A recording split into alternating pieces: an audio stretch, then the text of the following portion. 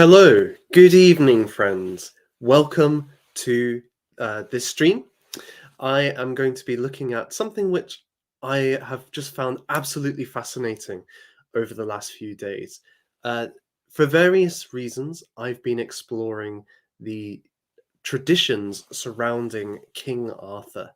There's a few projects which are coming up soon, which I've been asked to do a bit of research on the historical development of Arthurian myth and legend. And so as part of that, I've been trying to delve into the the story of Arthur in connection to British politics, particularly surrounding the medieval era. But as I've been doing this, there's been this reading the academic papers, primary sources, and so on. I've discovered or fallen into a rabbit hole of tangents leading off into directions which aren't exactly relevant to the projects that I'm doing, but are just filled with richness and imagination, mystery, and really are very compelling when we're engaging with a figure like Arthur. They make us think about Arthur in maybe different ways and consider how the peoples who treasured Arthur, venerated Arthur, thought about him through history. And so today I'm going to explore with you some of the older traditions, some of those which maybe predate the Arthur that we have inherited. To begin with, it might be worth saying a little bit about where a lot of our ideas of Arthur come from. And let me bring this up. So I've got a nice PowerPoint for us today. So a lot of the tradition that we typically think of with Arthur, the sword and the stone, Arthur as a king of a court with many knights, a conqueror, an emperor, an individual who's associated with chivalry, questions of courtly love, and so on. This kind of tradition really begins with the writings of Geoffrey of Monmouth. Now, Geoffrey was a Welsh monk who wrote a very influential text called The History of the Kings of Britain.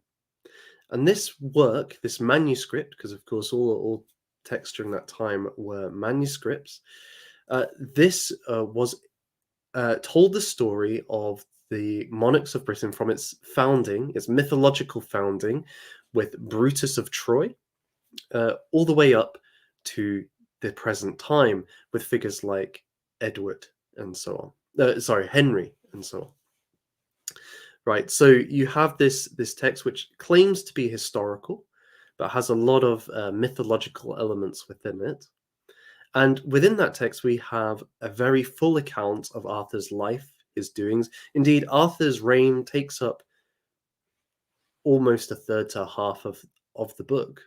So it's pivotal to Geoffrey's writing. And partly why he's doing this is because he wants to present a genuinely British history. By British here, we have to be a bit careful, but he's trying to provide a sense of an identity which all the different peoples in Britain at that time can identify with. It can be the foundation for maybe a new conception of what it means to be English or a Briton for the medieval era, which was important, as we'll get into more fully, because the peoples of Britain were ethnically and culturally distinct in many ways during this time. So that's part of Geoffrey's motivation for the work, or at least how it was used. And it was immensely popular. The text, as we have it, has been, we have about 200 extant manuscripts, which is a phenomenal number for medieval manuscripts. Usually you get maybe one or two, but with Geoffrey, we have 200. And these are not only located in Britain, but all across Europe, which tells us that his works were circulating around the courts of Europe. Monarchs, scholars, monks, they were all reading this.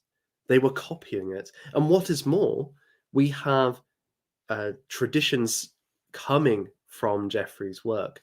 You have the Norman monk Wace putting it into French verse, so adapting it into a French poem. You then have Layamon, an English monk, who puts it into Old English as a poem. And this process keeps on going. And more stories are added into this tradition as well through the development of the romance, Arthurian romance, particularly in France. So this is taking place during the 1100s. That's when Geoffrey wrote about around 1136. So it's very early, just a few decades after the Norman conquest. But in a short space of time, it has flowered into one of the dominant stories within European culture, and many people are adapting it, translating it, adding their own twists to it. And it really takes off at an elite level.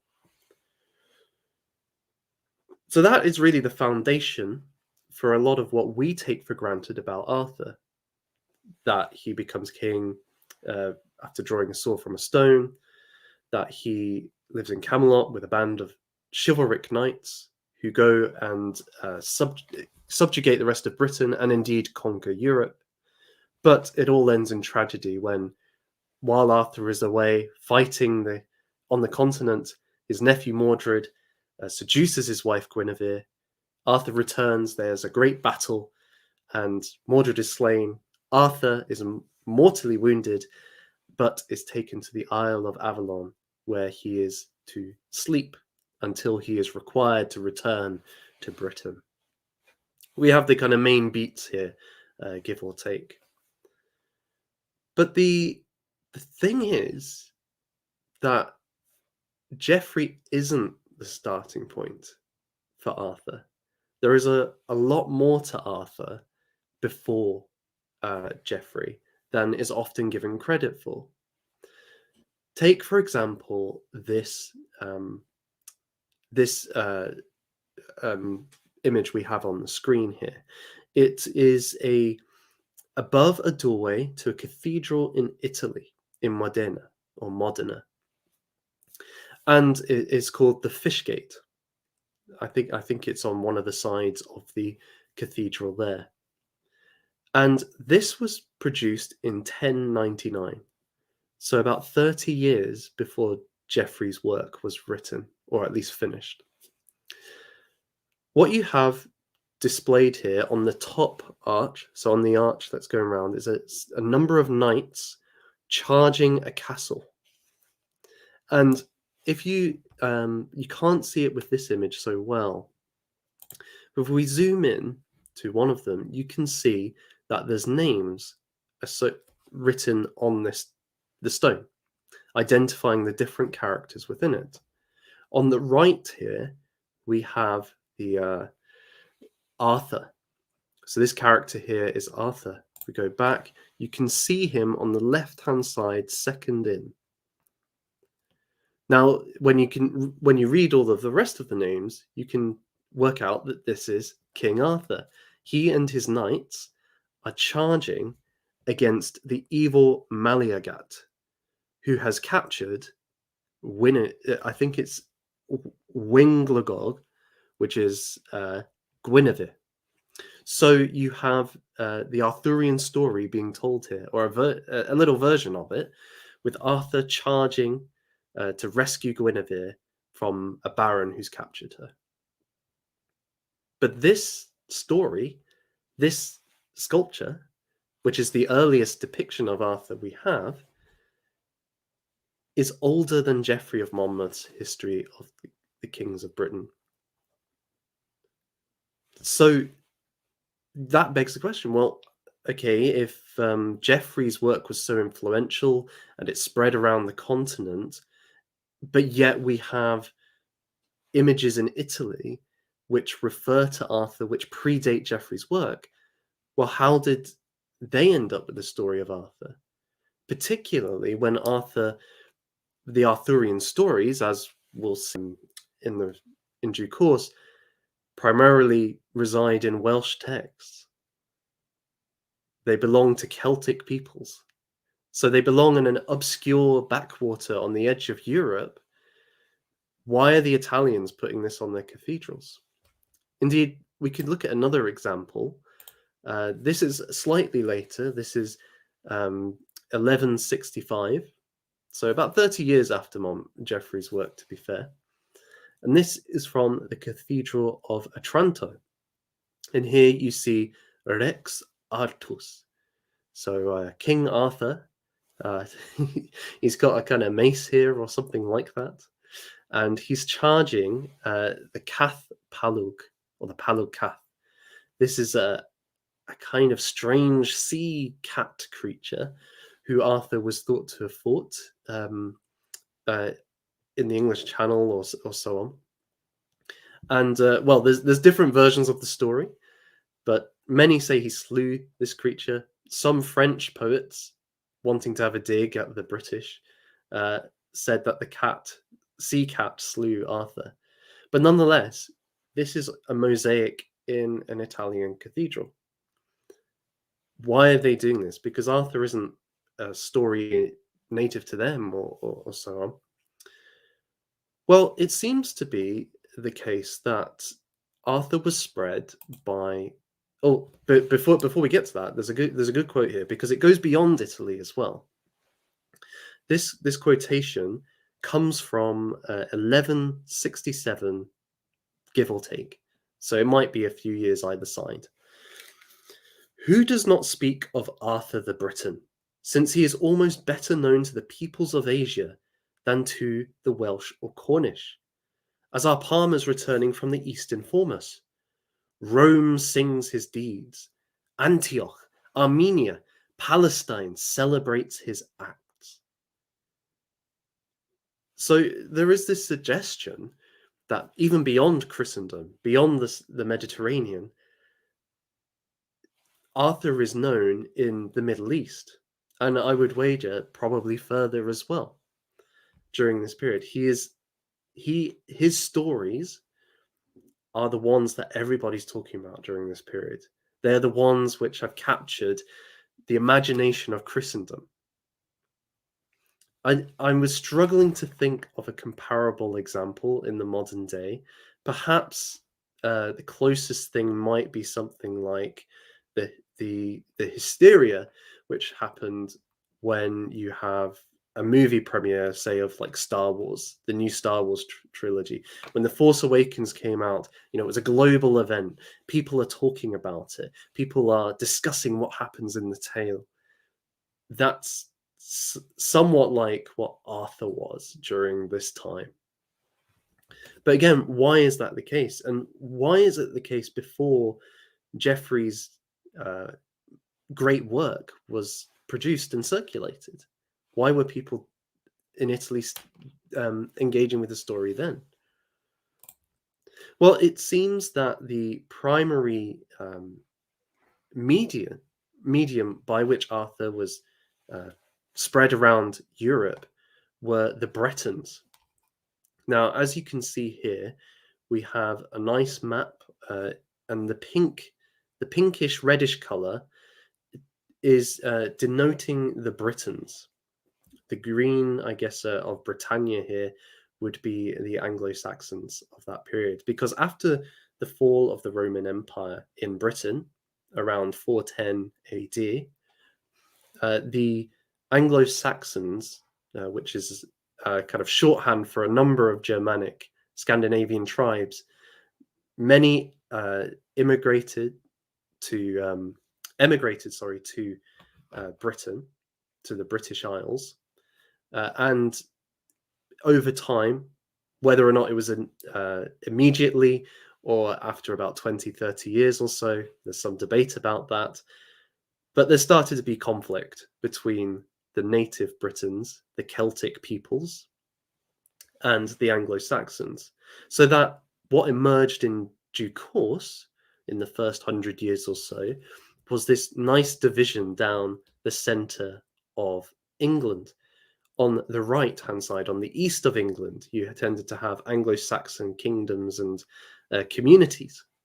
On the left, you tended to have the Roman Britons, or the Celtic peoples, the Brittonic peoples.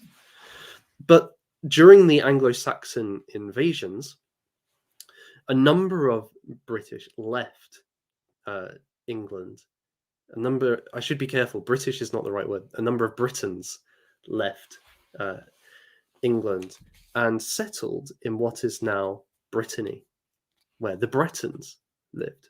And so they became an almost exile community on the northwest of France. Now, during the kind of 900s and 1000s, Bretons were migrating around Europe. They were circulating around Europe. In large part, that was because many of them, well, there was a distinctive troubadour culture within the Breton peoples.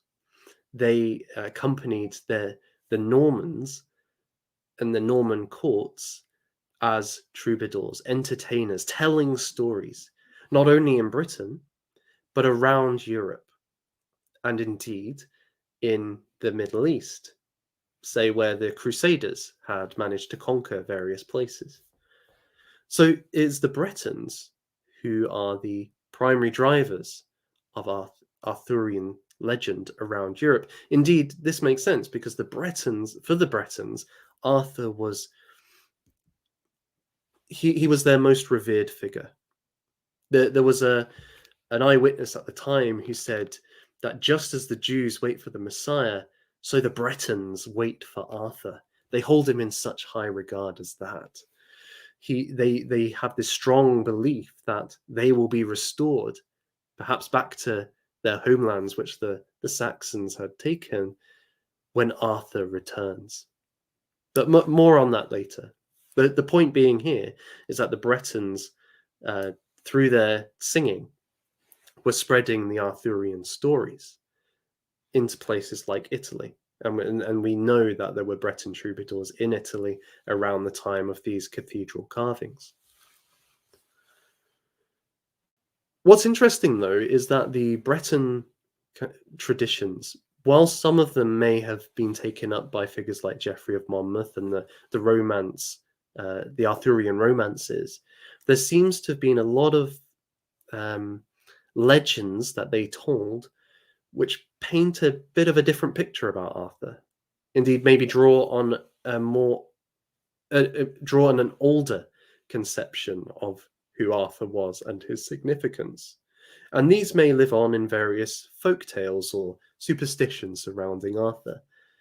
Perhaps, as I've already alluded to, the idea that Arthur is asleep, perhaps under a hill. So the Italians had this idea that he was under Mount Etna, waiting to return to restore the golden age of Christendom. That seems to be something which, okay, it's there in Geoffrey in a somewhat more historicized way. But this idea he's under the ground, it may be in the fairy world of some kind. That's one of these stories that the Bretons are continuing with their oral traditions. And so what I want to do in this stream is look at maybe some of those older stories that go back 100, 200, perhaps even earlier, and see what kind of Arthur we have there. Maybe some themes, maybe some connections with other figures of the period, such as Beowulf. And really and then from there, maybe we can draw some conclusions about why that conception of Arthur changed, maybe a more speculative aspect at the end. So that is a very a long introduction to the stream. Before we get into the actual heart of the matter, I just want to say hello to all of you who are joining us. I see we've got some folks in the chat now. So hello, my good friend CM Piano 2, who is a great musician who produces wonderful, beautiful piano performances. You should go and check out his YouTube page. He's got a lot of good stuff there. Hello, Teutonic Tosh, a good name for this stream, I think. Hello, Vingle. Good to see you as always. Everybody should check out Vingle's channel. He has just the most wonderful Scandinavian folk music on there and many other things too. but it is great to listen to. Nord Hugo, my good friend, who does have a video on the way, which is going to be absolutely amazing. Again, everybody should check out his channel. He comes in with $5. Very kind. Let's go. Well, thank you, my friend.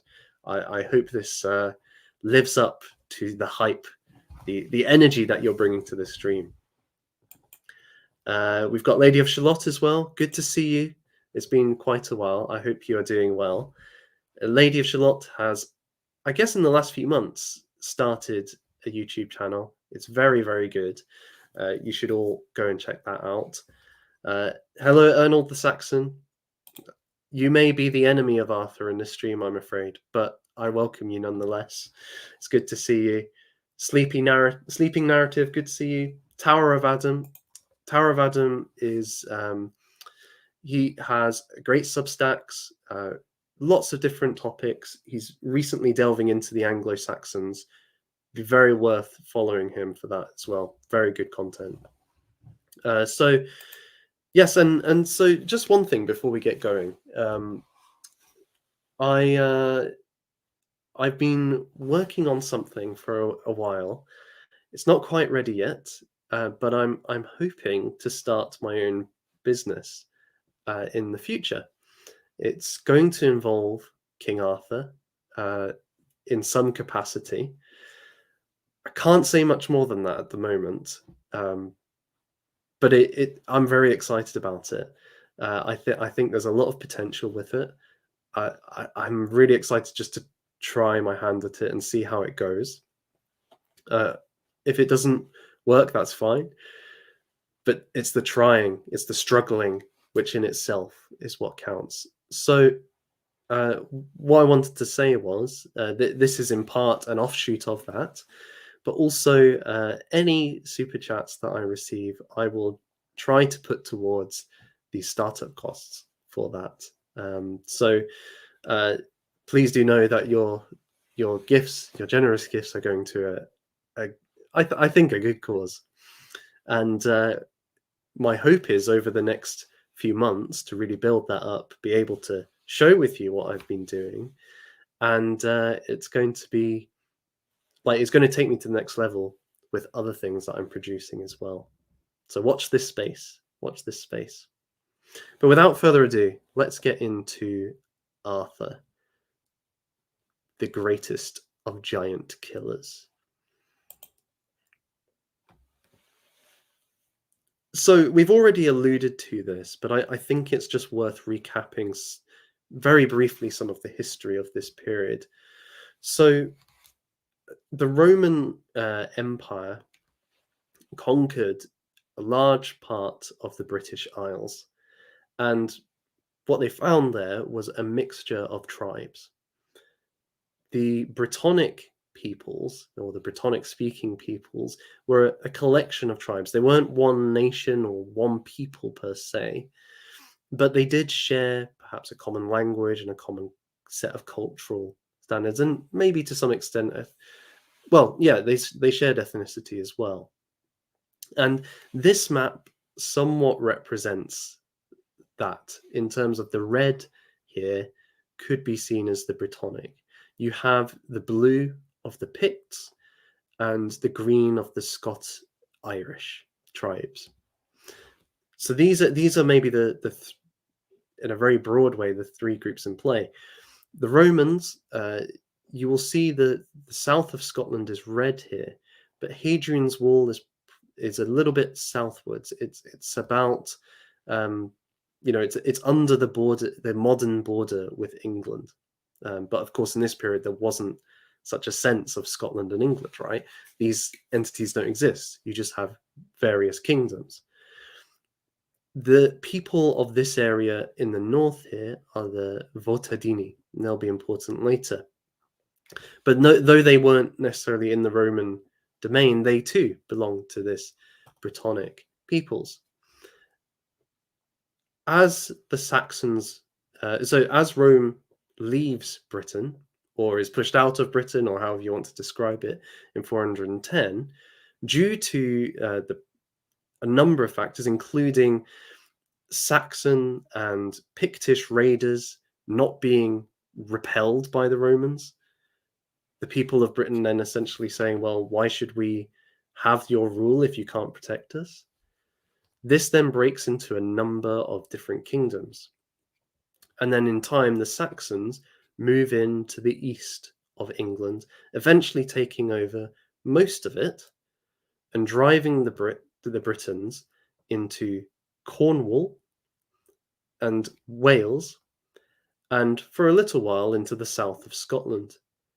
And so these three areas are connected quite heavily, ethnically, culturally, and so on. They are the Roman Britons, or they're the Celtic Britons, or so on.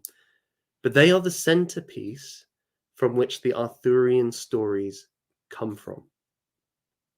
It is in that time when the Saxons are pushing against the Britons, the different tribes, that the character of Arthur emerges in their histories, in their literature.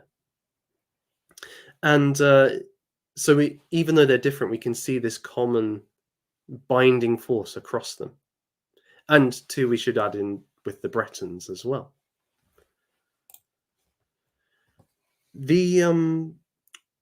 I think I've skipped a little bit here. I've missed a slide here, I think. To that end, though, we have perhaps one of the earliest references to Arthur in the Welsh historian Nennius. Now, Nennius wrote a history of the Britons, and he's describing the period in which the Saxons have begun invading, conquering, and pushing back the remaining Britons towards the border with Wales, or where Wales is today. And he describes a passage, he has a passage which describes the following. I'm going to read it because it's one of the most significant early references to an Arthur. At that time, the Saxons greatly increased in Britain, both in strength and numbers, and Octher, after the death of his father Hengist, came from the ancestral part of the island to the kingdom of Kent, and from him have proceeded all the kings of that province to the present period. Then it was that magnanimous Arthur, with all the kings and military force of Britain, fought against the Saxons. And though there were many more noble than himself, yet he was 12 times chosen their commander, and was as often conqueror. The first battle in which he was engaged was at the mouth of the river Glen. The second, third, and fourth, and fifth were on another river, by the Britons called Douglas, in the region of Linuis. The sixth on the river Lussas. The seventh in the wood Kielden, which the Britons called Cacuat Celidon. That is, incidentally, the Caledonian forest in the very highlands of Scotland.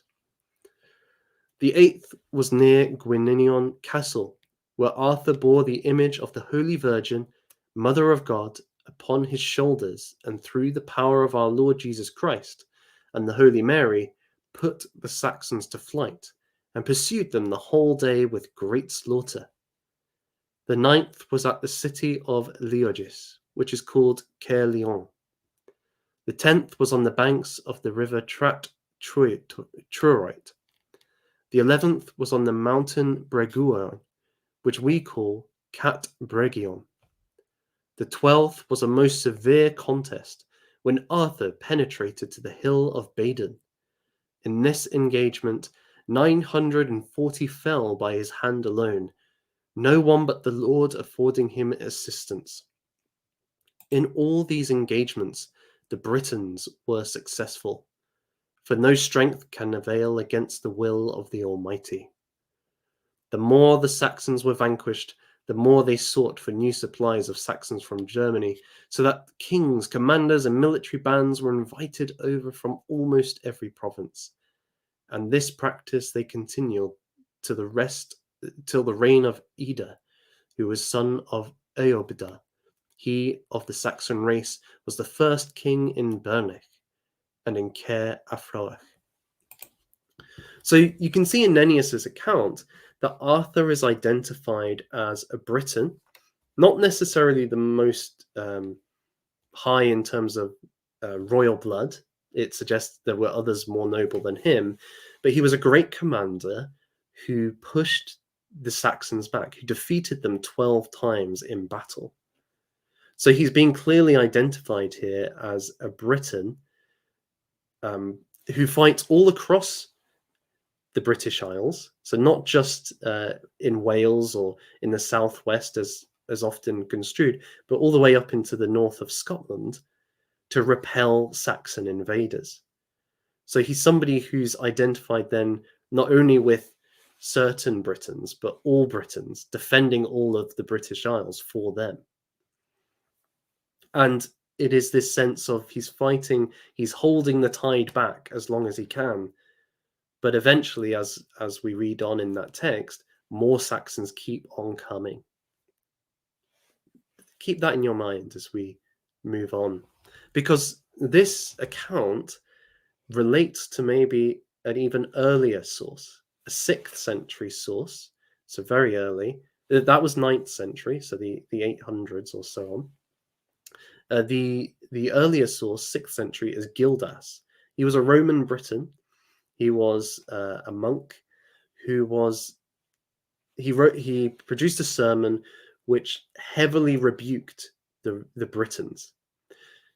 It argued that they had been unfaithful to God, and thus the Saxons, the invasion of the Saxons, was a punishment by God upon the unfaithful Britons. It was God's way of exacting justice on a people who had forsaken their sacred vows, who had forsaken his love and grace. That's quite an interesting idea to think about. It gets repeated later when the Saxons are fighting off Vikings. Their monks say the same thing. We have abandoned God, so God has abandoned us to the wild savages. Well, Gildas makes a very interesting kind of historical point, which, well, I'll read it and then we can discuss its relation to Arthur. That they might not be brought to utter destruction, the Britons took arms under the conduct of Ambrosius Aurelianus, a modest man, who of all the Roman nation was then alone in the confusion of this troubled period by chance left alive. His parents, who for their merit was adorned with the purple, had been slain in the same broils, and now his progeny in these our days, although shamefully degenerated from the worthiness of their ancestors, provoke to battle their cruel conquerors, and by the goodness of our Lord obtain victory. After this, sometimes our countrymen, sometimes the enemy, won the field, to the end that our Lord might this land try after his accustomed manner these his Israelites, whether they loved him or not, until the year of the siege of Bath Hill, i.e. Baden, when took place also the last almost, though not least the slaughter of our cruel foes, which was, I am sure, 44 years and 1 month after the landing of the Saxons, and also the time of my own nativity. So there is this idea that this Roman Briton, Ambrosius Aurelianus, was a commander who led the Britons at the siege of Baden, or Bath Hill, against the Saxons and scored a decisive victory. Now, though this text itself does not say Arthur was the man who led that, obviously the later text, Nennius, does. And so some have thought, well, perhaps this Ambrosius Aurelianus was in fact the real Arthur, the historical Arthur, or the inspiration behind Arthurian legend. I'll leave that up to you to decide. If folks are interested in my views on the historical Arthur, we can maybe address that towards the end. when we do super chats and comments. But I think the point to draw out here, that we have a tradition which does feature in the Geoffrey of Monmouth text, but isn't, it kind of fades away with the Romance tradition, that Arthur is squarely a defender of the British Isles against the Anglo-Saxons, against what we might say is the foreigner, the heathen, and, well, the barbarian, because he's being framed as a maintainer both of the Britons and of their Roman culture.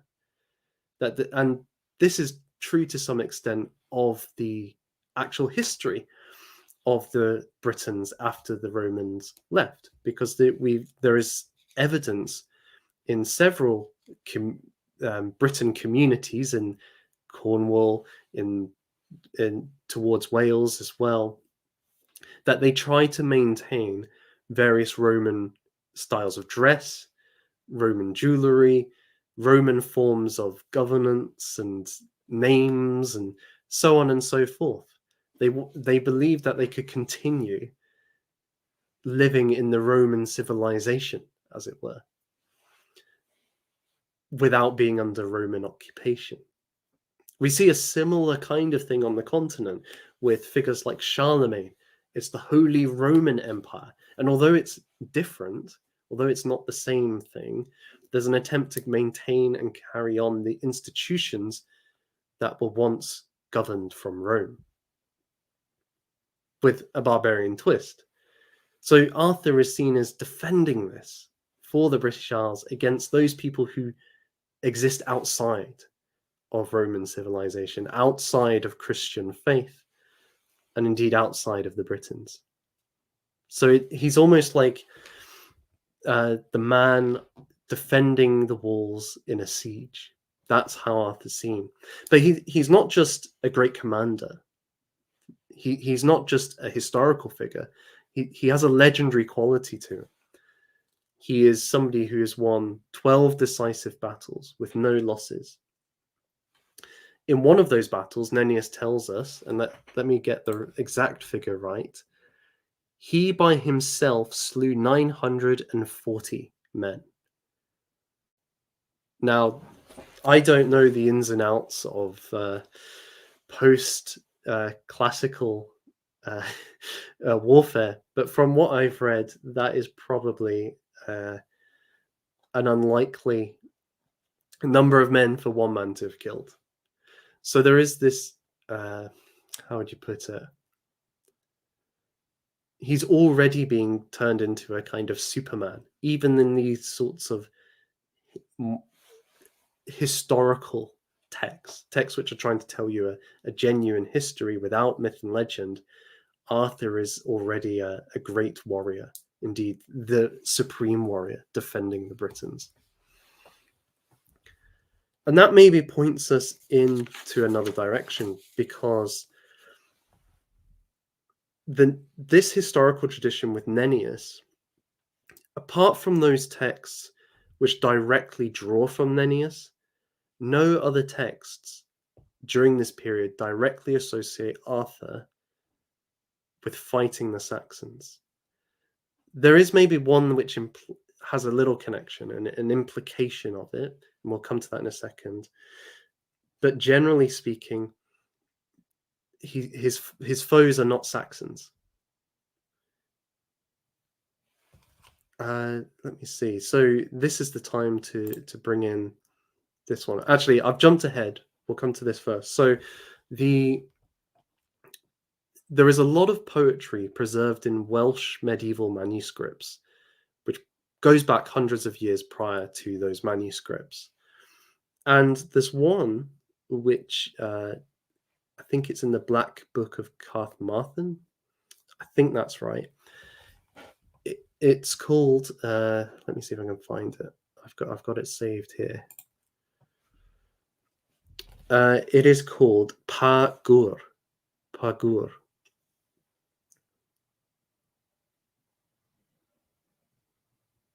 No, wait. Sorry. I'm jumping ahead. Sorry. Let me get. So the text that I'm thinking of is E Godothin. E Godothin. Now, there's a lot of debate about when this poem was written. Some say that it was written in the 6th century, maybe in the 7th, which would make it the earliest direct reference to Arthur, because of course Gildas doesn't mention Arthur. There are later poems, later dates given, maybe around 800 or 900. But either way, we know it's one of the earliest references to Arthur. And what's interesting is that it doesn't identify Arthur with the Welsh, despite being written in a Welsh poem, but it actually relates him to the Scottish, or at least those people who lived in what we would call the south of Scotland. During the Roman era, and before, so about 1500 BC, the Vortodini tribe, one of the Belvica tribes, or peopled, established a kingdom in the southeast of Scotland and northeast of England. You can see on this map the Ottadini, which really should be the Vortodini or Vortodini. They have all of that territory. So you've got Edinburgh around there, or what they would have called Din Edin, the fort of Edin, going all the way down to Hadrian's Wall, just about there.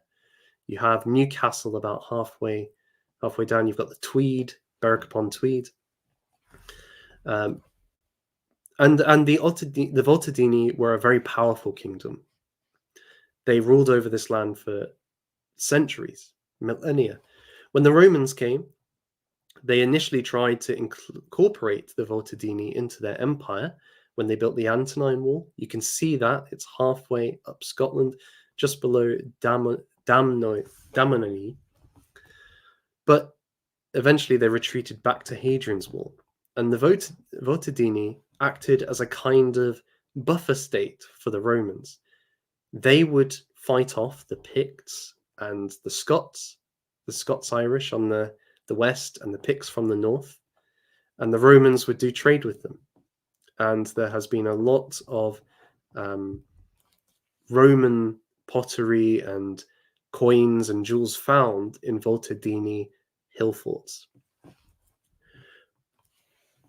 So the Vortodini were there while the Romans had conquered the southern British Isles.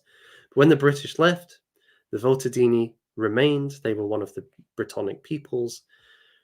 And as the Saxons and the Picts kind of pushed in, they became separated from the other Brittonic groups.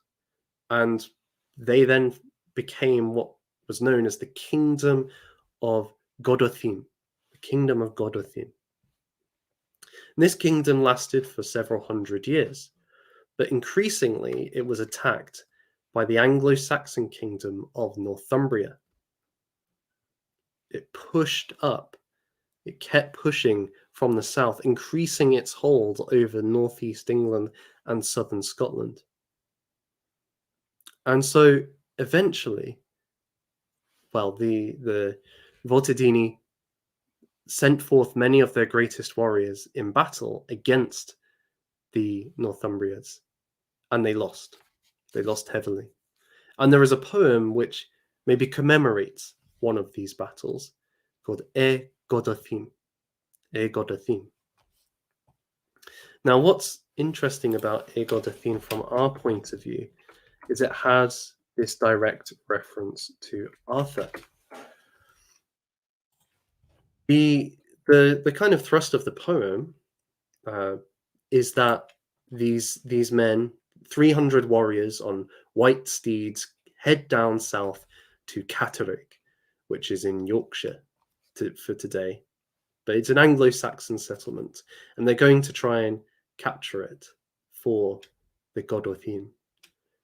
But they are outnumbered, heavily outnumbered, and the poem tells of their tragic deaths. It valorizes the great heroes who fall at this battle. And one of them is compared to a certain Arthur. There is. Let me see if I can get a good version of the standard, because I feel like there's a. It's worth reading the full bit here. Not the whole poem because it's quite long. It's about 100 stanzas or so. But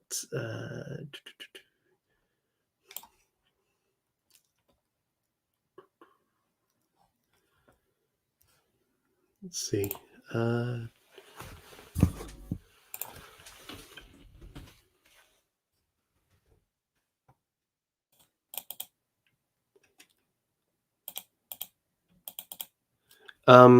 Well, I'll read the shorter version. So this is in reference to one of the warriors. He fed black ravens on the rampart of a fortress. Though he was no Arthur, among the powerful ones in battle, in the front rank, Gwardur was a palisade. Now this Gwardur in the poem is said to have slain 300 men by himself as he fought on bravely against his Saxons enemies. So that gives you a sense again of how highly the the Britons held Arthur. That he, this man who's a great warrior by any account, killing 300 soldiers, is no Arthur. And indeed, if we're believing Nennius's account that he's said to have slain 900 soldiers, this gives you a sense of how great Arthur is being held as a warrior against the Saxons. But interestingly here, contrary to kind of common ideas of him being a Welsh or Cornish hero or so on, he's a hero of the Britons in Scotland as well. There's a very strong connection with Arthur in Scotland that we'll see a little bit more as we move on, because we are now ready to move to the giant slaying pit. I've been building it up. But this superhuman quality of Arthur is not just connected to his fighting the Saxons. Indeed, that is maybe a minor strand in the Arthurian stories of this time. What actually jumps out is that Arthur is a mighty warrior, kind of like Beowulf, with a band of hardy men who seek out monstrous foes, who fight in magical worlds, who are on the cusp between history and mythology. They're kind of on that borderline.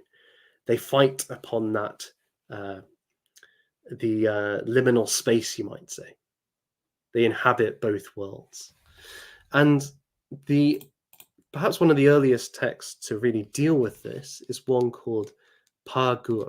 Again, it's a Welsh text. It's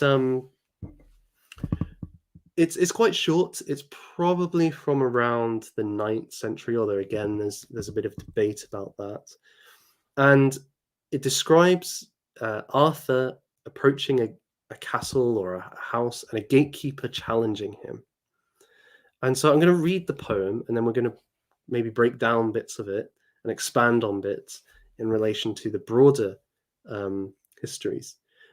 Before I do, it'd be worth saying, though, that although we're using written texts here, of course, they are themselves the products of not just one mind, but often are somebody engaging with an already extant tradition that they're building upon, that they're adapting and changing, integrating new things with, and so on.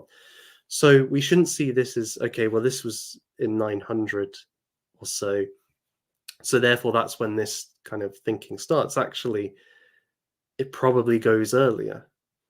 These ideas, these traits associated with Arthur, by the fact that they're written then, that maybe indicates that. So, and please forgive my pronunciation of Old Welsh. What man is the gatekeeper? Clwylich ud gwawluar, as in mighty grasp. What man asks it? Arthur and fair Kay. What company goes with you? The best men in the world. Into my house you shall not come unless you reveal them. I, Arthur, will reveal them, and you will see them. The vultures of Ely, and the wise men all three, Mabon son of Myrdon, and the servant of Uther Pendragon, Caesiant son of Banon, and Gwyn Godibrion. My servants were fierce in defending their claims. Manawydan son of Llŷr, profound was his counsel. Manawyd brought shattered shields from Twyfwyd, or shattered and broken shields.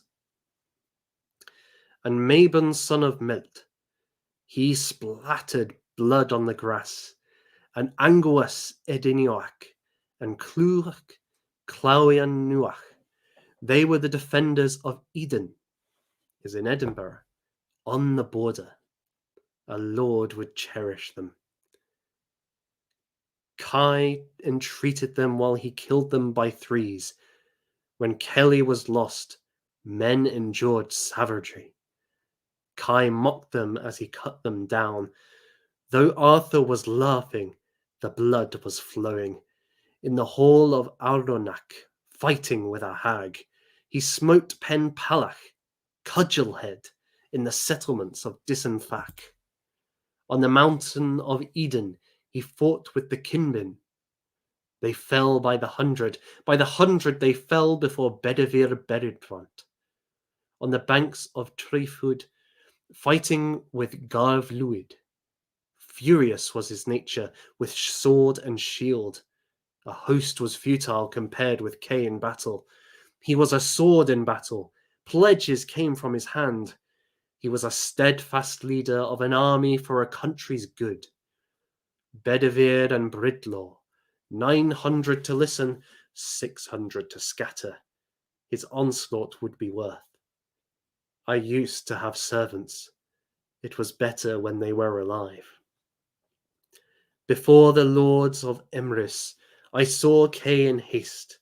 Lord of booty, the long man was hostile. Heavy was his vengeance, fierce was his anger. When he drank from a buffalo horn, he drank for 4. When he came into battle, he slew for 100. Unless it were God who caused it, Kay's death were impossible. Kay the fair and Clachu, they made slaughter. Before the pang from blue spears, on the uplands of Ystafingen, Kay killed 9 witches. Fair Kay to Mon, Anglesey, to destroy lions. His shield was shattered against Cath Paluk. When people asked, who killed Cath Paluk? 90 warriors would fall as her food, 90 champions. The text breaks off at that point, so suggesting that there was probably more to the poem. What we get in this poem then is a picture of mighty warriors who do battle, not just with other men who they can cut down in their hundreds, but with great monsters, beings of unnatural power who belong to the world beyond human civilization, that these men have managed to conquer and crush under their will. We have Arthur, and then the 2 primary associates of Arthur during this period, Kay and Bedivere. There's no place for Lancelot or Gawain or Galahad so far. That is Kay and Bedivere, and their deeds are mighty deeds.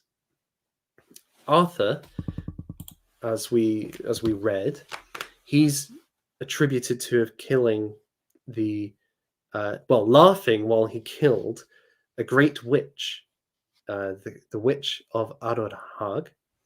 He smote Pen Palach, which means cudgelhead, so some kind of troll or giant, in the settlements of Disenfach. On the Mount of Edinburgh, he fought with the Kinbin. So these are the Kinbin are associated with, is a name for dogheads. We'll come back to all of these in due course, but I'm just listing them. The dogheads, where he killed hundreds of them with Bedivere, who also fought one of their leaders, Rough Grey. So Rough Grey, the doghead. Additionally, Kay is said to have slain 9 witches. He has destroyed lions in Wales. He has fought Cath Palug. Remember, I mentioned this creature earlier, displayed here.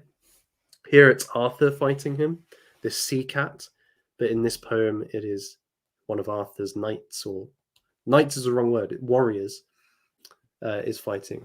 And these are terrible foes. We're told that 9 score champions would be killed by Cath Palug,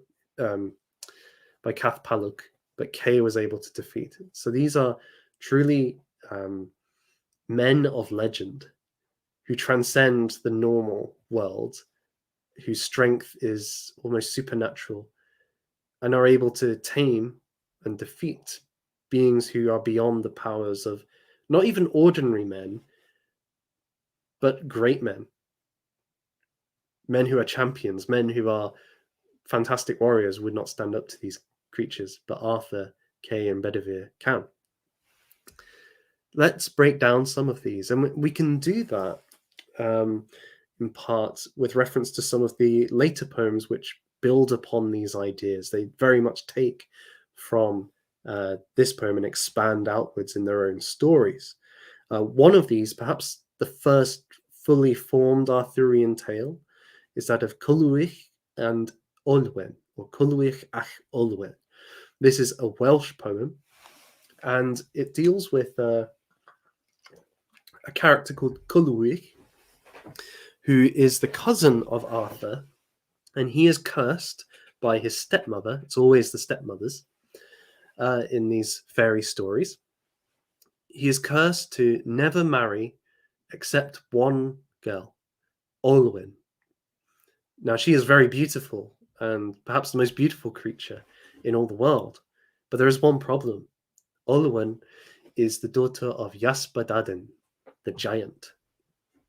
And if she is ever to marry, he will die almost immediately. Once she is married off, he will die. So he is going to be reluctant. To find Ysbyddaden and Olwen, Culhwch calls upon Arthur and his knights to help him. They seek out Ysbyddaden, who sets for them a series of impossible challenges, to which the rest of the poem is dedicated. Arthur and his warriors fulfilling these quests. And some of these quests are linked to some of the monsters that we've just heard about in Pargur. So we can use these poems to kind of inform our understanding of each. So let's see. Oh yes, so this was all the stuff about the Saxons fighting at the Britons fighting the Saxons in Godefin, and the return of Arthur ideas. I'm all out of sync here. Let's see. Yeah, so let's start with these guys. So the dog heads on the Mount of Edinburgh. Well, the Mount of Edinburgh could refer to Castle Mount, which is where Edinburgh Castle is. It's on a outcrop of volcanic rock, which we know that there was a Godolphin hill fort on, and that's where the Godolphin made their last stand in 638 AD, when the Northumbrian Saxons conquered them. It could also be in reference to Arthur's Seat, which is a series of hills close to Edinburgh Castle, about a mile's walk actually, and there was a number of Godolphin hill forts there as well. Either way, it's going to be one of the two, and there Arthur fought the Dogheads. Now, in ancient mythology, we find in Egyptian mythology and others, this idea of a man with a dog's head. Not a werewolf, not somebody who transforms into a kind of monster, but somebody who already is one, is a beast. Well, this is also true in Celtic and Germanic cultures as well. They have this concept of the dog head, the man with a dog's head. And we are told that these beings lived on, or were fighting Arthur's men towards the border at Edinburgh. Now remember, if we go back to here, you can see, well, Edinburgh is just on the cusp of the red-blue divide. That's where it lies. So it is the border of the Brittonic peoples and the wild beyonds, we might say, the Pictish lands. So this is the space between the civilized world for them, the place of home and safety, and the mythical beyond, the dangerous beyond, where these beings were. And Arthur and Bedivere killed most of them, or defeated them in battle. What's I've already kind of alluded to this in two ways, but one thought is, well, you could euhemerize it, so you could see this as drawing upon old memories of Picts fighting the Britons around this area, or perhaps the Saxons in this area. And you can do that as well because the word doghead wasn't just a mythological concept. Charlemagne, the Frankish king, referred to the Vikings as dogheads. Now, in part, this might have been an insult, but there's also perhaps other connotations being drawn here. One is that if you think of the Viking berserker, now these were individuals, great warriors who would be overcome with bloodlust, almost crazed in battle so they didn't feel pain, and they would fight with the strength of 2-3 men. They become like animal beings in a way. And often in the mythology, this is translated into they don't just have greater physical strength and martial prowess.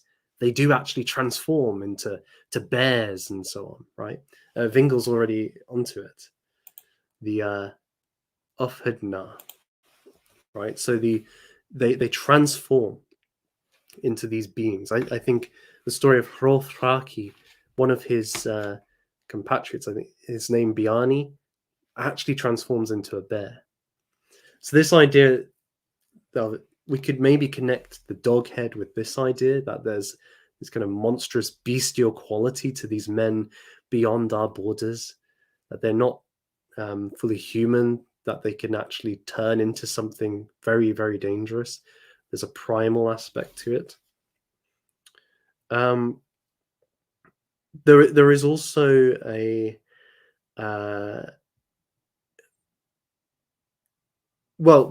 yeah. So if we stick with that, there's also the notion that these are heathens. These men are not Christian, and so they are, in a manner of speaking, equivalent to the beasts. I think that's part of this kind of slur as well. They are like dogs. They do not have their reason fully working. They are so we have these kind of two connections, and so when we could see this reference of Arthur fighting at Dinedin on the mount there against dogheads as a reference to fighting Picts or Vikings, men who are wild in battle, who aren't Christian, and Arthur is defending the realm from them. That's a possibility. There is another possibility, but I want to hold off on that because there's other creatures to think about here. Let's do the witch next. So it also says that Arthur fought a black hag, and this is actually an image, a painting by John Howe in relation to Beowulf. We have Beowulf. He slays the monster Grendel, this giant, man-eating giant, and then goes in pursuit of Grendel's mother, which is a hag living at the bottom of a lake. Arthur is quite similar. In the story of Culhwch and Olwen, he and a few of his warriors go to find the black hag whose blood is needed by Yspadaden as one of the challenges. As they approach the black hag, 2 of his knights go forth, and they are badly beaten. 2 more join them, and the 4 of them are close to death. They can only barely make it out with their lives. Arthur then goes in alone, seeing the situation, and with his dagger, his special dagger, which isn't named Excalibur but has its own name, cuts the black hag in two, taking its blood for the quest. What's interesting there also is actually Beowulf uses a magical sword found in the black hag's cave to slay the Grendel's mother. So you have these parallel stories almost. And what's interesting about this though is that the idea of the witch or the hag, you know, we think of like a woman with a crooked nose and a pointy hat. I think Hal does a good job of representing how a hag appeared to an Anglo-Saxon or early Briton. They were like monstrous giants. They're the female equivalent of the giants that these men fought, and we'll come on to that in a second.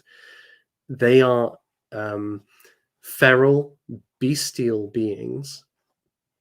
They're not crones. I guess that's what I'm trying to say. A crone is very distinctively named, right? They're often referred to explicitly as crones.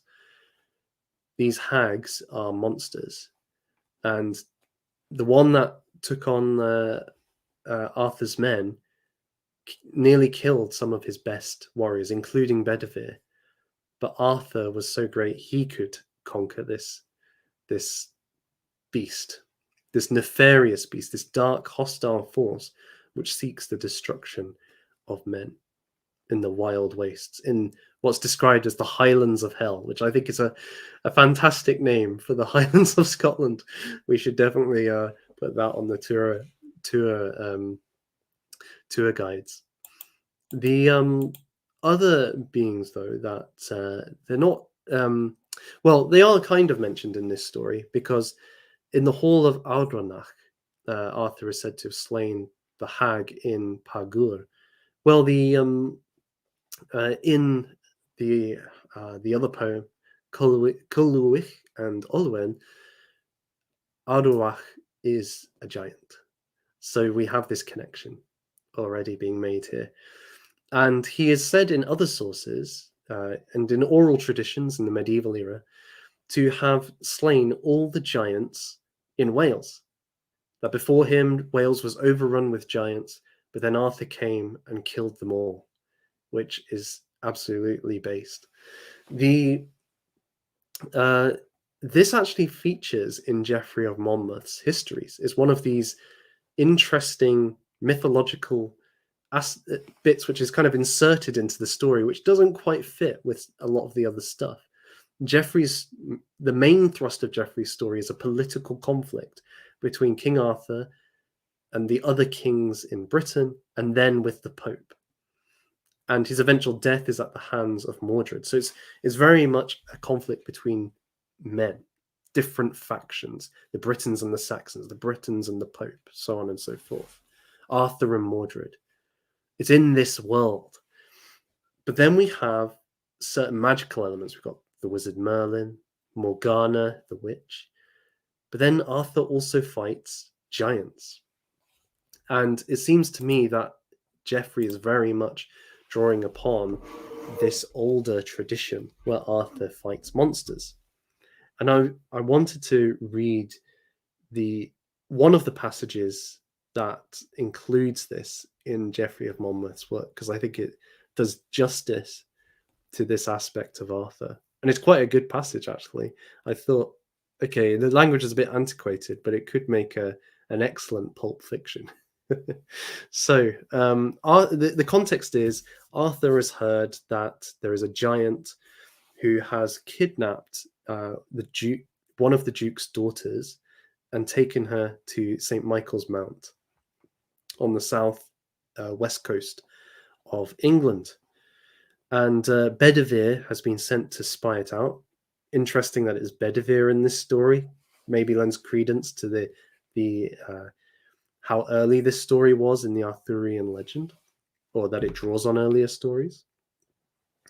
And he discovers that the girl has been killed by the giant, or killed herself to avoid being desecrated by the giant, we might say.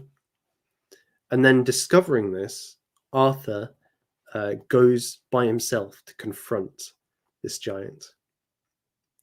Just then, that unnatural monster was by the fire, his chops all besmeared with the clotted blood of half-eaten swine, the residue whereof he was toasting on spits over the live embers. The moment he espied them, when naught was less in his thought, he hastened him to get hold of his club, with two young men could scarce have lifted from the ground. The king forthwith unsheathed his sword, and covering him with his shield, hurried as swiftly as hurry he might to be beforehand with him, and prevent him getting hold of the club. But the giant, not unaware of his intention, had already clutched it, and smote the king upon the cover of his shield with such a buffet as that the sound of the stroke filled the whole shore, and did utterly deafen the ears. But Arthur, thereupon blazing out into bitter wrath, lifted his sword and dealt him a wound upon his forehead, from whence the blood gushed forth over his face and eyes in such sort as well nigh blinded his sight. Howbeit, the blow was not deadly, for he had warded his forehead with his club in such wise as to escape being killed outright.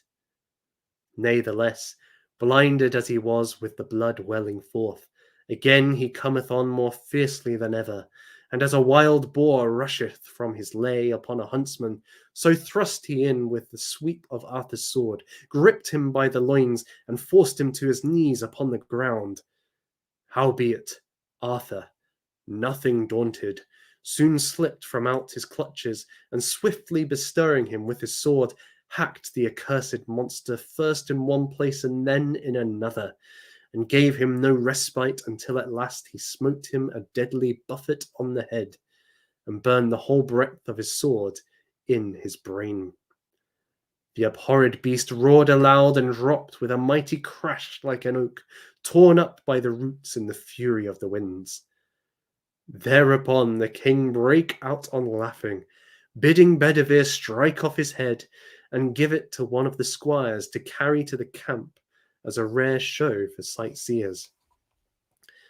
Nevertheless, he bade that they who came to look upon it should keep their tongues quiet, inasmuch as never he had foregathered with none other of so puissant hardihood since he slew the giant Ritho upon Mount Erin, that had challenged him to fight with him. For this Ritho had fashioned him a third cloak of the beards of the kings he had slain, and he had bidden Arthur heedfully to flay off his beard and send it unto him with his skin, in which case, seeing that Arthur did excel other kings, he would sew it in his honour above the other beards on his cloak. Howbeit, in case he refused, he challenged him to fight upon such covenant that he which should prove the better man of the twain should have the other's beard as well as the third cloak. So when it came to the scratch, Arthur had the best of it, and carried off Ritho's beard and his cloak, and since thence that time had never had to do with none so strong, until he lighted upon this one, as he has above reported as asserting. So you can see that Arthur, this tradition of Arthur being a giant slayer, it's represented here in relation to St. Michael's Mount by Geoffrey. The other one, the Ritho story, the mountain that he's referring to, is Mount Snowdon in Wales. So we already have a connection here with this idea that Arthur slew all the giants in Wales in Geoffrey's text itself. It's interesting that he does this because there's a very famous giant slayer in Geoffrey's text, Brutus of Troy, the founder of Britain, When he arrived on the shores of Albion, what did he find? But the children of the children of the queen's Albina, right? The Albina, this exiled queen, she had. Well, actually, that's a later story. I'm reading back into it, but we'll go through it. A little bit after Geoffrey, somebody added the story that there was a group of women who had sought to slay their husbands. They were queens. They wanted to usurp their power and take it for themselves. When that was discovered, their father banished the sisters, and they ended up on the island of Albion. There they mated with devils, and their children were the giants. And so the giants were those in Albion when Brutus and his band of Trojan exiles arrived in the British Isles. They slew all the giants and made it their domain, and that was the foundation of the Britons. So the fact that Arthur is also here tied in with slaying giants, it suggests that he is a kind of renewal of Brutus, that he is a renewal of the people. He carries the spirit of the original founders and brings it back to the fore, forming a golden age. It has the same connotations of overcoming the wild, dangerous places and civilizing them, making them a place that men can live freely and in peace, freed from the ravages of nature and unnatural monsters, such as the giants. A protector of humanity in these lands. So I think that's quite interesting, that parallel that Geoffrey's drawing. But it harkens back to this older, raw tradition of Arthur, the giant killer and witch slayer, which again we might compare with Beowulf, written around the same time as these poems, Culhwch and Ach Olwen, where he too slays a giant and a witch. Although I do love the fact that in both, in the Arthurian tradition, he bursts out laughing most of the time that he kills one of these monsters. He loves the fight. He loves a good victory, and it doesn't bother him too much fighting these awful creatures. He's just having a great time. Let's see. So yeah, we've done the giants. We've done the dog heads. We've got the witch here. He's also associated with hunting, particularly a great boar. Let's see if I can pronounce this right. Tuath, I think his name was. He is in the Culhwch poem. He is a mighty boar with several mighty piglets. They are of great size, and a very ferocious boar he was. Arthur has to get something which is on the boar's forehead. I think it's a comb for Ysbyddaden. And many of his warriors are slain in the hunt. The boar ravages the land. It's initially an island and then swims across the channel of the Irish Sea to Britain and starts causing havoc in the countryside. Arthur and his men race to try and catch this boar and are continually confounded by it. Eventually, all Arthur can do is drive it into the sea. But no, he doesn't kill it. He's unable to. It's too powerful for him. But that's the kind of being he's dealing with. Think of something on the scale of a Dark Souls boss for this boar. Like, that's the sort of size we're talking.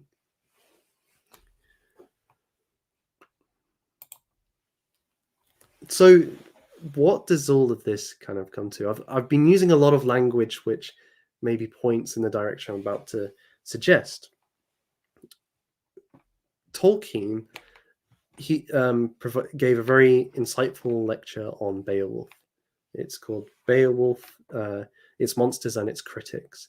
And he's trying to address the complaint of many critics or scholars during his period that Beowulf focuses too much on the great man fighting monsters and not enough on history. And it has history in it, and those are the most interesting parts. For Tolkien, that's nonsense.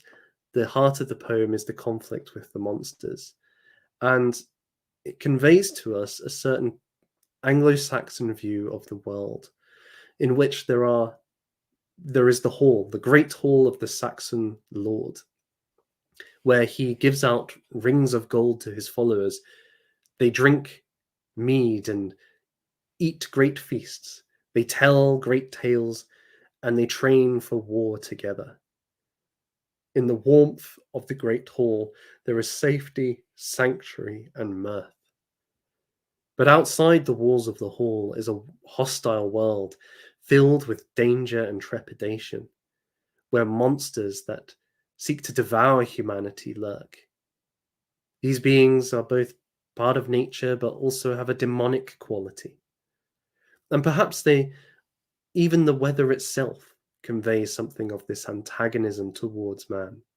The cold, bitter, harsh climates, the dark, deadly forests, where man can get lost and never return.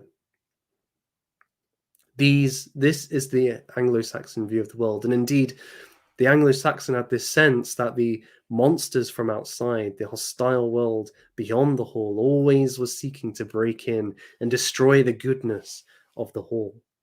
We see that first with Grendel, who at night breaks into High Hrothgar and kills men in their sleep until Beowulf puts him down.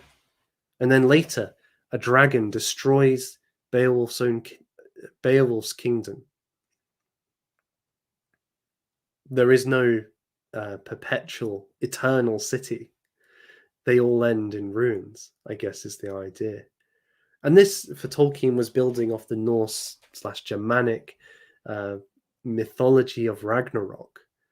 The idea that there are the gods led by Odin or Woden, and they are in a perpetual conflict with the giants, the Jotnar, but eventually they will be destroyed by the giants at the end of the current world. Spoilers alert. The Sutor, the fire giant, will come.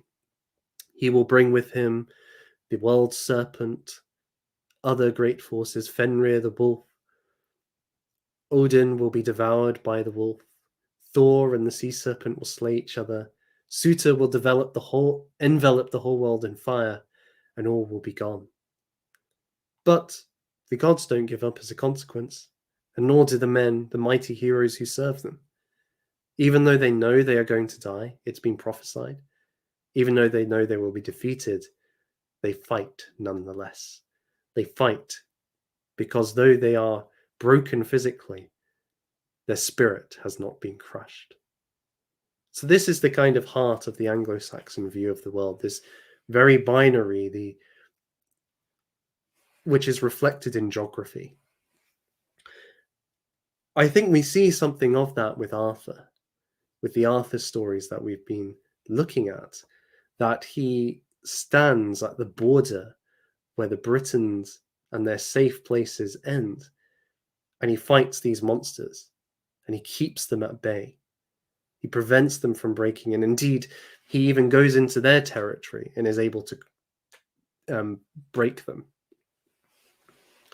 He is that protector, not just against the Anglo-Saxon, but against those forces which afflict all of us, which the monster represents. And this is Tolkien's point, actually, is that a monster is antithetical to all humanity, regardless of a man's political affiliation. You could be a Briton or an Anglo-Saxon. Grendel's still going to eat you. So he represents something which attacks us all, something like time or death. Arthur is that which goes up against these forces, and for a time is able to keep them at bay, keep them restrained, keep them outside of the walls of the kingdom. In a sense, the fact that many of his conflicts are placed outside of Britain when he fights these monsters is indicative. In a way, he doesn't belong to our world. He's keeping our world safe. We might see him as a sort of angel in that regard. This is maybe where some of the later ideas of kingship have their first seeds. We think of King Arthur as a just king who maintains order, the rule of law, punishing those who do wicked, protecting the innocent, and so on. That isn't part of this story so far. Arthur isn't somebody who's administering justice. He's not righting the wrongs of bandits. He's fighting monsters and invaders. But there is a connection because the rightful king, and Arthur is described as the prince or sovereign of the Isles, he does maintain his kingdom. He protects it. He upholds it. The rightful king, how would he put it? Well, there was this idea he was the pontifex. He was the bridge between the divine and the human. He is the means by which a rightly ordered society is maintained and flourishes. Though Arthur isn't at this point fully that, he's not ruling in a sense, he is repelling external forces which seek to disrupt that, the right order of society, and introduce chaos and anarchy and destruction. That's his role. And so we can maybe see that the later conception of Arthur as the just Christian king has its first kind of murmurings within this idea of Arthur as repelling foreign and demonic forces.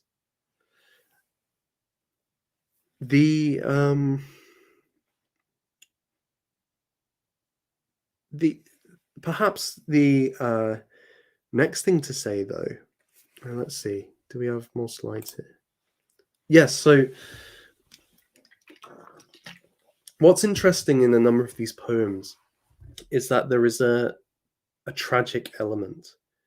So far, the depiction of Arthur has been pretty triumphant. He slays monsters and dragons with a laugh. He kills witches and dog-headed men. But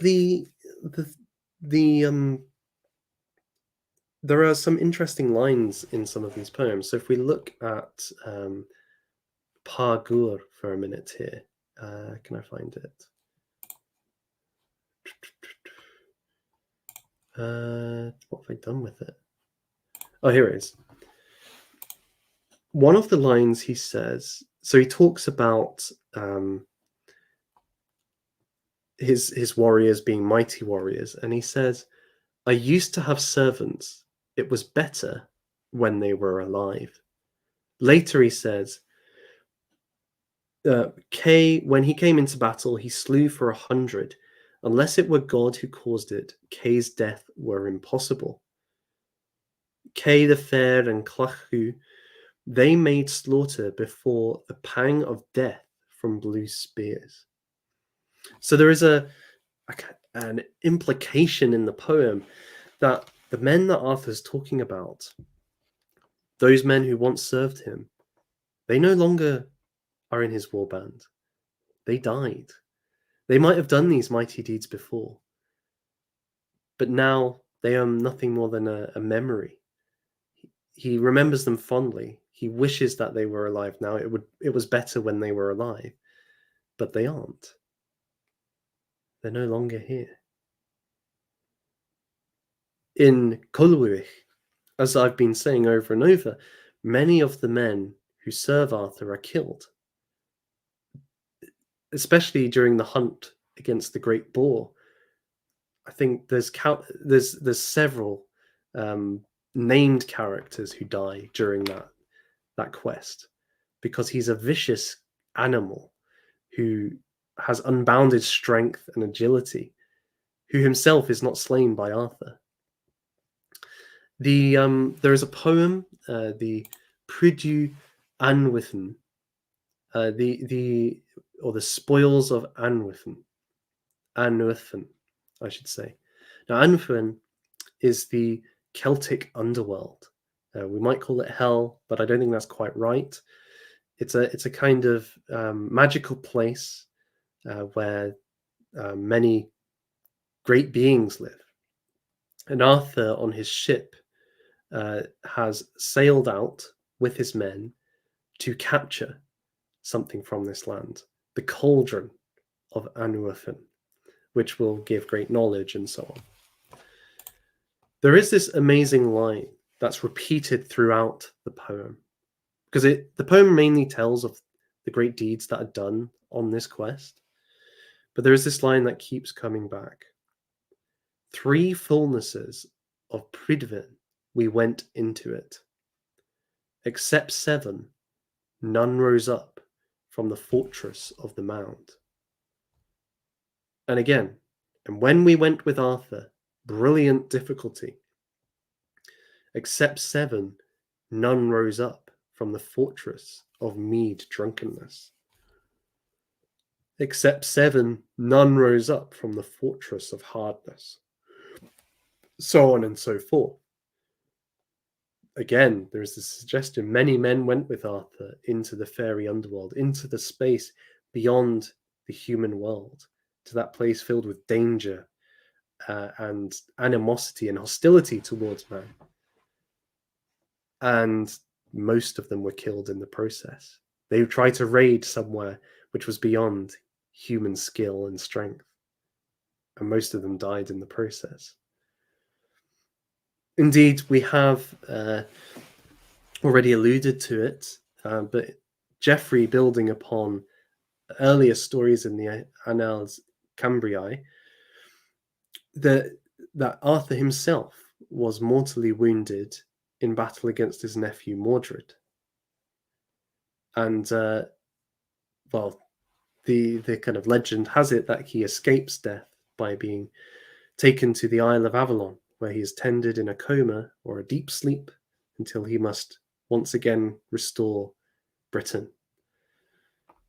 But there is this constant sense in these tales of tragedy, of this golden age comes to an end, even in something like E Godothin, which only has a reference to Arthur, tells the tale of 300 men going to try and attack an enemy and being killed. And it is very much like Anglo-Saxon poetry, which has this sense, building on the Norse and Germanic mythology, that the monsters win. The giants eventually kill the gods. Beowulf is mortally wounded by the dragon. Arthur and his glorious victories come to an end or come at a cost. We can't do battle with these monstrous foes forever. They eventually upturn and end us. I think that sense of the inevitability of tragedy is very strong here, and it carries on in Arthur, although it stops being mythological and enters the human world. So it becomes the betrayal of Lancelot and Guinevere of Arthur in their adulterous affair, which allows space for Mordred to betray his uncle and bring civil war to the kingdom. That sense of tragedy is still there. We could relate it to the what would Nietzsche call it, the Dionysian spirit that punctuates the Apollonian. So for Nietzsche, there was these, in Greek art, the sculptural, the heroic tales of something like the Iliad and the Odyssey. They are the Apollonian nature. They are the conquest of order over chaos, of justice over injustice. But the Dionysian spirit, on the one hand, it captures ecstasy and the oneness of things, but on the other, it deals with the fact that suffering is the heart of life. And actually, it isn't fair, and it can never be truly defeated. We can have a victory here or there, but eventually suffering and death come for us all. Perhaps the greatest example of this is the Greek tragedies, or a character like Oedipus, a nobleman, a good man who slew a monster, the Sphinx, right? Is that right? Oedipus and the Sphinx. He freed the people of Thebes. He, by a cruel act of fate, is cursed and condemned to doing the very things he sought to avoid, to kill his father, to impregnate his mother, and he is left a wretch when he finds out this information. That is the essence of life that the Dionysian art conveys to us. That is the heart of things, the untrammeled suffering. Indeed, the god Dionysius in one folktale is forced by somebody to tell what the kind of ultimate truth is. It is that you should wish that you'd never been born. Now, I don't think that's Nietzsche goes beyond that in various ways to say that actually it's the struggle with that life of suffering which is the heart of great art, and that's how we can make our lives a work of art, when we struggle and overcome and continue to struggle against suffering. And I think that these mythological tales and how they then work into later Arthurian legend convey that idea that actually things don't always get better. For a time, we may triumph, like Arthur, and have the Britons protected, a golden age achieved, a respite against the hordes of time, suffering, and death. But eventually, they break through, whether because Arthur has gone, or even in Arthur's own time. They will crush us eventually. They are too strong, even for the greatest hero to deal with. And Beowulf has a very similar message too. So I think we can see that in these earlier tales, though they have a different focus, though they lift Arthur into a world of mythology rather than history, many of the ideas which appear later in Arthurian legend, the idea of the just king, the protector of Britain, and the tragedy of life, they're all there in this earlier stuff. But with the twist that I guess the difference is, one of the differences is that the Arthur of this period is much more active. He is a great warrior who himself slays giants, whereas the later Arthur tends to preside over court, and it is his knights who go forth and do great deeds, thus representing a kind of chivalric tradition and courtly love tradition, where a knight acts on behalf of a king or a lady. And also the concern for the poor or the weak, protecting the victim, is an element which isn't, it's not there in the earlier texts, but the idea of protection is. So you can see it as a Christian outworking of that idea, using violence to protect the gentle, those who can't protect themselves, rather than just for your own glory. That's a kind of newer idea. But in general, there are seeds. So let's see. So yes, I think that kind of brings us to the end of this presentation in terms of the main points I wanted to get across. I realized it was a little bit jumbled. I was kind of bringing in things here and there that I meant to bring in elsewhere. So if there's anything that was unclear, please do say, and I can try and address it.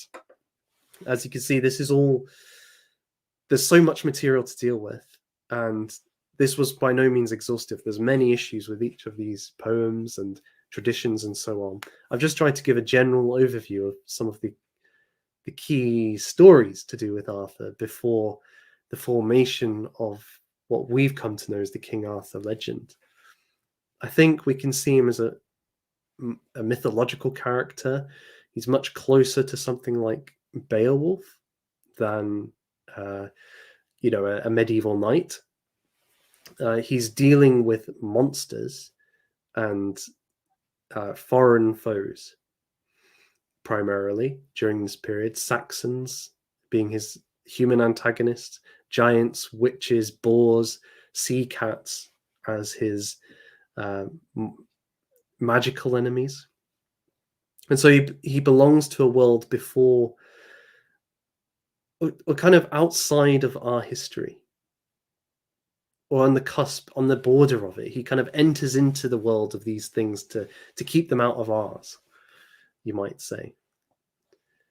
The I think this maybe challenges some of our conceptions of who Arthur is and what he means for, well, I think for British identity, particularly as I'm conscious that his enemies were the Anglo-Saxons.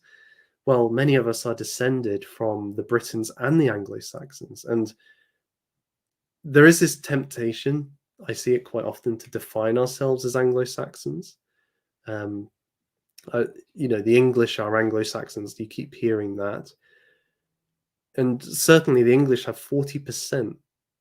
Generally, an English person has 40% Anglo-Saxon DNA, which is a huge proportion. To count as a Native American, you only need 15%. So we are very heavily invested with Anglo-Saxon ethnicity, history, heritage. But many of us have a lot of Briton DNA within us too. And the story of Arthur belongs primarily to the Britons, not to the Anglo-Saxons. He does to the English in some ways, but that's a later story. That's a kind of that's a whole other set of streams in itself. How he becomes an English hero. But I think we could do a lot more to incorporate the Briton heritage that we have, because though they were conquered in large part by the English, the Anglo-Saxons, it informed Anglo-Saxon culture in due course. Another point to be made here, and I must give credit to Jay Greenriver for chatting to me about this. I've been talking about heroic archetypes and the need for moving beyond the Tolkien idea of the last stand, holding on to something, defending it with our last breath, to the kind of hero who establishes a new order. Arthur kind of straddles these two things. He's very much the Tolkien. He's defending Britain against all these foes as long as he can, although it is inevitable that he will lose and Britain will be defeated.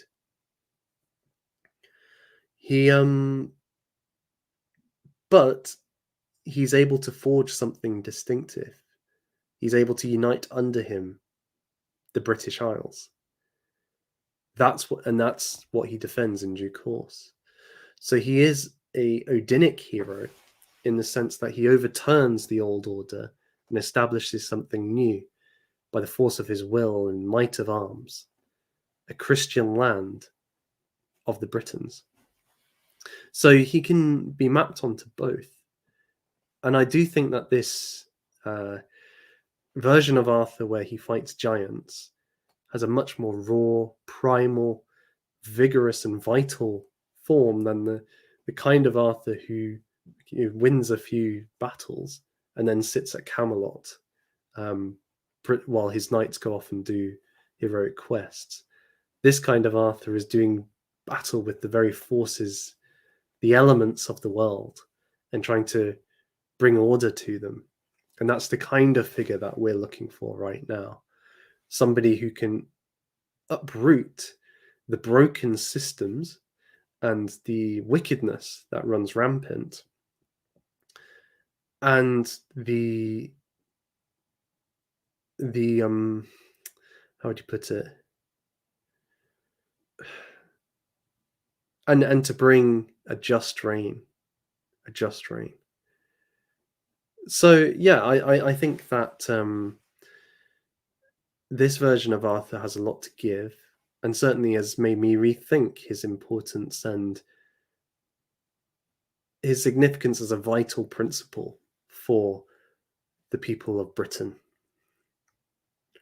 So, yes, that those are my kind of key thoughts. I see that we've got some super chats, so I'll have a look at those. If there's any questions or anybody's got comments, now is the time to send them in. If it's by super chat, I can guarantee I'll get to it. If not, we'll just see how time goes. Yes, so let's see. So yes, we had Nord Hugo earlier on saying let's go. Thank you again, my friend. Holy Weather for $5. I would love to hear your thoughts on Murphy's The Saxon Saviour and or Russell's The Germanization of Early Medieval Christianity. I haven't read either of those things, so I can't comment on it at the moment. Feel free to put in the comments, any explanation you want, and I can respond to it. I'll take a note of them, so because I can then read up on it, and we'll see if it might come on to something in the future. Murphy, Saxon Saviour, Russell, Germanization of early medieval Christianity. And you don't need to send another super chat to explain, just put a comment and I'll read it. But thank you very much for that suggestion. I will look into it. Holy Weather again for another $5. Thank you very much. Thank you for the wonderful stream. Also love to hear your thoughts on the fairies' retreat into the hills. Arthur has sometimes been considered fey. This is a very good point, that Arthur has been very strongly associated with the fairy folk. And when we think of fairies, we often think, a little creature, a cute little creature with wings, Tinkerbell. But no, the ancients and the medievals had a much more ambiguous relationship to the fairy folk. Let me see if I can get up a painting by John Duncan. It's of the Irish legend of the Tuath de Danann. And these are the fairy folk of Ireland. Here we go. So the riders of She. Now these obviously are not like Tinkerbell. They are powerful, magnificent beings, but dangerous as well. The legend of the Wild Hunt is often associated with them, that at midnight on certain days of the month or certain times of year, such as Halloween, they will ride forth, and it is a good job not to get in their way. You may be captured, taken to the fairy world, and never seen again. Other stories about fairies have similar kind of warnings. You shouldn't engage with them. You should seek to avoid them. Maybe leave for them a sacrifice or some kind of gift so that you get their blessing. But they're very dangerous. They're not necessarily good or evil. They are beyond morality, or beyond might be the wrong word. They're outside of it. They are the kind of beings of nature. And so they have their own logic, their own code, their own interests. Arthur has been tied to these beings, particularly as the leader of the Wild Hunt, insofar as he is thought to have been dwelling under hills and mountains. So you have the story of him going to Avalon as he's about to die, but other stories say, well, when he was about to die, he was taken under a hill or under a mountain, and there he dwells, either asleep or as a lord presiding over the fairy underworld until he is to return. And so from there he leads the Wild Hunt and things like that. So I definitely can see that aspect in the Arthurian legends, and it's retained in characters like Morgana and Merlin, who traverse both the human and the fairy world. That's where the entrance of it still remains in the kind of traditional, or the now standard story of Arthur. I think it ties in with the legends that we've been talking about, that Arthur himself straddles the human and the mythical, that he actually, in the poem I was telling you about, he actually raids the fairy underworld, which I think is absolutely epic. The courage and audacity, the will to bring under your command the fairy underworld, to take from it, to rob from it, when it could cause great havoc in your kingdom. That is confidence. Misplaced confidence, but it is confidence. So yeah, he is already associated with it, at least as a combatant, and he dwells in that sphere. So I can see how that could easily morph into he actually belongs in that world for the time being. And perhaps that also relates to him as a pontifical character. If you remember what I was saying about kingship, the king in classical and medieval thought is the bridge between the divine and the human. We saw that in the royal coronation of King Charles III. He has been placed upon him certain responsibilities by God to uphold justice and truth, fairness within God's land, within Britain. So you could see, well, him being a fairy, he's of a higher order than the human. He's of the magical world, the sphere beyond, and at the moment he's there, but he's going to bring it back. He's going to bring mundane reality back into touch with the enchanted world in his person. So I think there's some interesting implications with Arthur being associated and possibly being of the fairy folk. It should be said as well, other comparable figures of this period, like Fionn Mac Cuail, the Irish warrior, he was thought to be of the fairy folk as well, or a giant of some kind.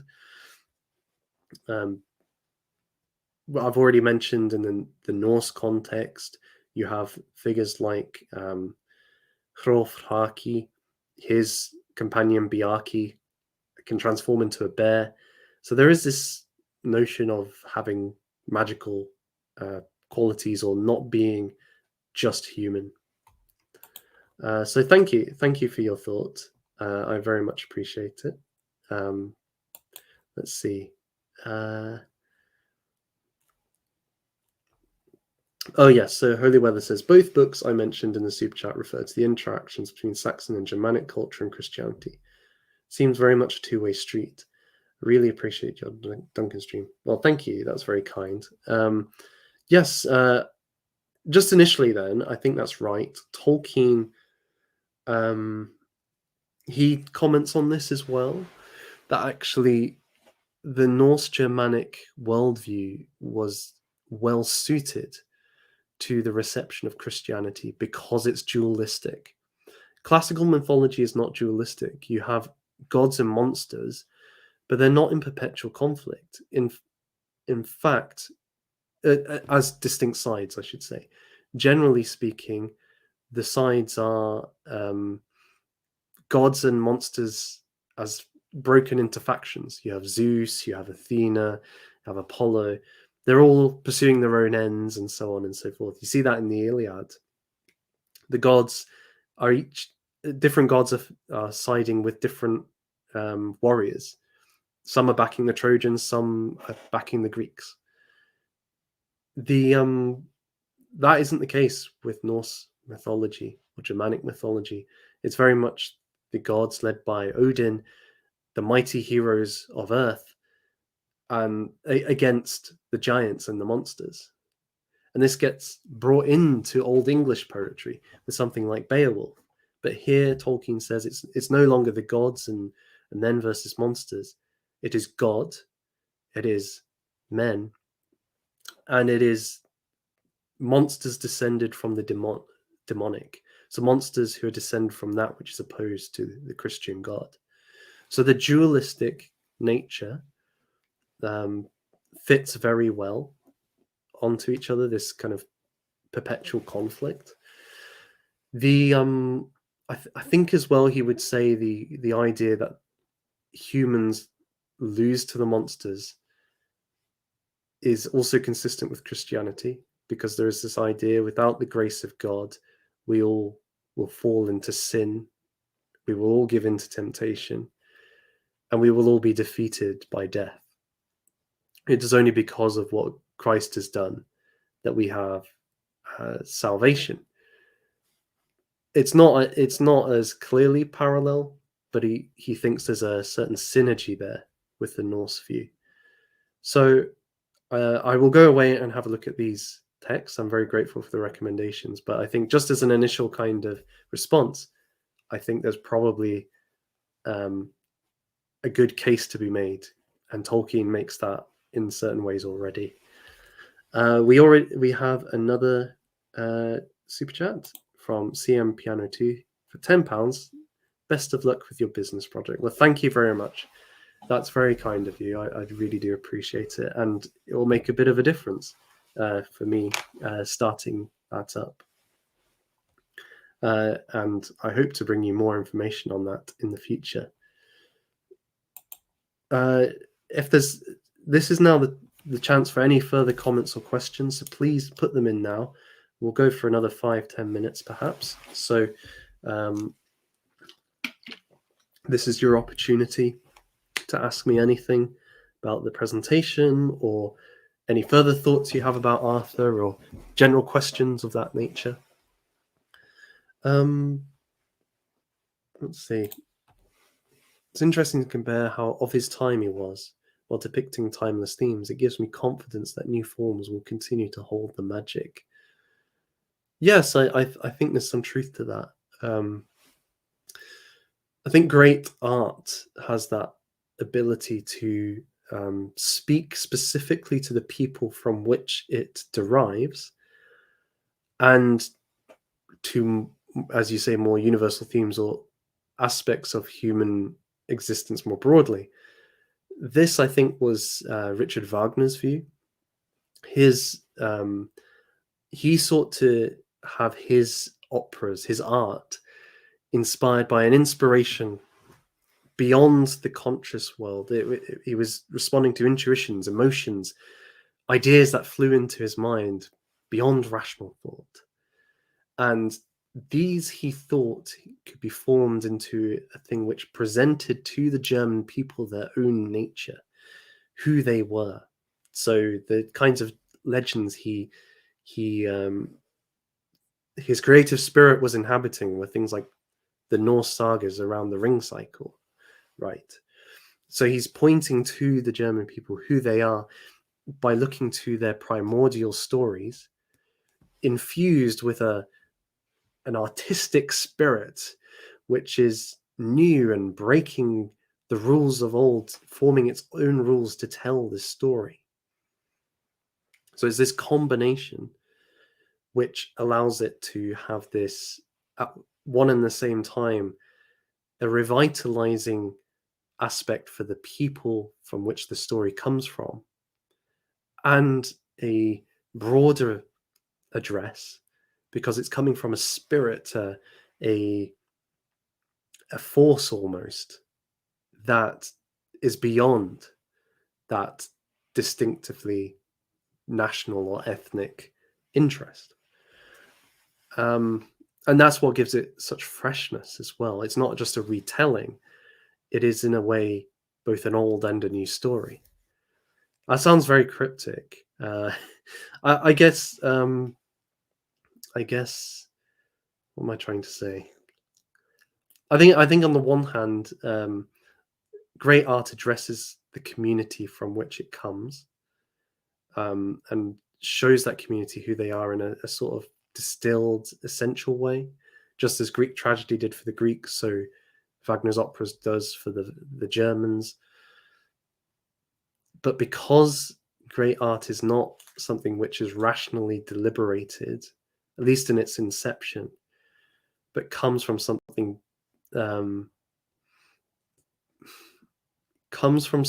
perhaps beyond the self, but at the very least deeper within the self than conscious thought. It has an uncontrollable quality.